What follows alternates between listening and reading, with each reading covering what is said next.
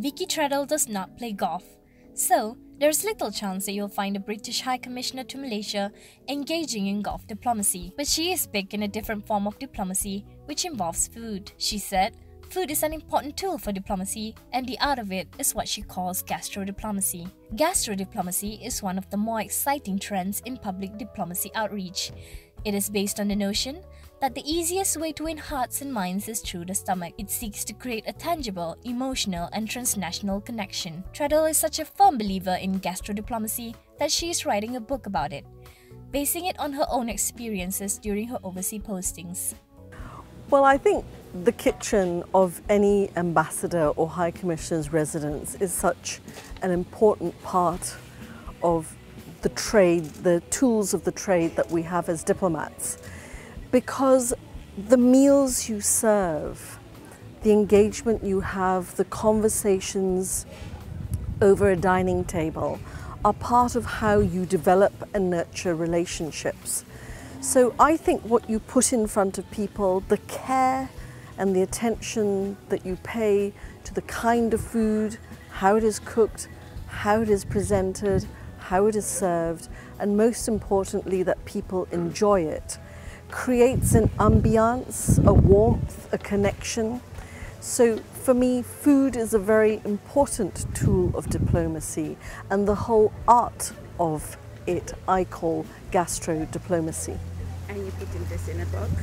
Yes, I'm writing a book. I have little sketches and anecdotes and photographs. I also post on Instagram in the main photos of the food that I serve at different dinner parties, or indeed when I am given hospitality and the food that I eat when I go out and I'm entertained by other people. So it will be a combination of stories around the food, the events that they mark or celebrate, but also sharing a little bit about the personal. You know, when I have an evening off and I have downtime, I actually find cooking therapeutic. It's a way to unwind, it's a way to recharge, and in cooking a meal with my husband as well, it's a way to connect and catch up with each other. So the book will be about diplomacy, about some of the events that I have been involved in over my career, but also my theory and sharing it and ideas of how to make gastro diplomacy work. Yes, well, I think one of the highlights will be the Royal Gala dinner that we did when His Royal Highness, the Prince of Wales, came to Malaysia.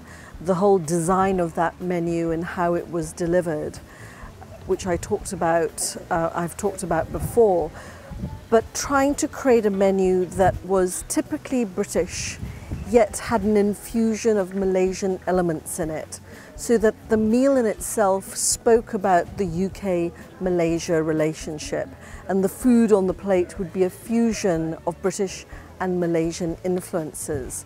So our starter was a hot smoked salmon, and the salmon was from Scotland, flown in for the occasion. But in serving that starter, instead of having Western salad garnishes, we decided to use the ferns that are served here as a dish. So they were garnished with Sarawak ferns instead of a Western salad. And then the main course was taking a British classic beef Wellington, but presenting it as a beef Rendang Wellington. So within the pastry case, apart from the fillet steak, we put a layer of very dense Rendang sauce that was sort of compressed and very thick, just to flavour the beef Wellington, and then garnish it with a swirl of the Rendang sauce and the vegetables that went on the plate. And then for the dessert, a classic British dessert is trifle, but usually served with strawberries, raspberries, British berries. So we thought instead of the British fruits, we would put into our trifle Malaysian fruits, from rambutan to cempedak and mango and papaya, so that we use Malaysian fruits in an English trifle. And I hope when people ate it, that meal spoke about the connection between our two countries.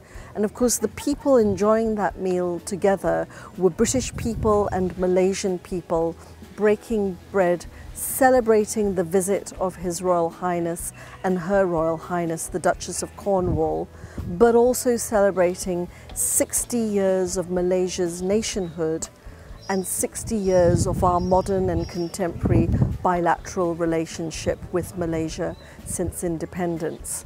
So I hope people appreciated the thought and the care that went into that meal. But also in my book, as I said, I share some of the things about what I cook for myself. I think so, yes. We are all, every diplomat does it, but whether or not we're conscious of it. And I think my argument is we need to be conscious of how we do this. And the thought and the planning and the cooking and the presentation are all part of it. You know, if we see food as a tool of diplomacy, then you have to use it in a considered and careful way, as we would anything else. So if I'm clearing a press release, I will read it and make sure, is it getting the message across? If someone has drafted a quote for me, I will look at it and think, is that how I would say it? I mean, the content may be correct, I might tweak the odd word here or there. So my argument is your chef cooking a meal for you, you should pay the same attention to the detail.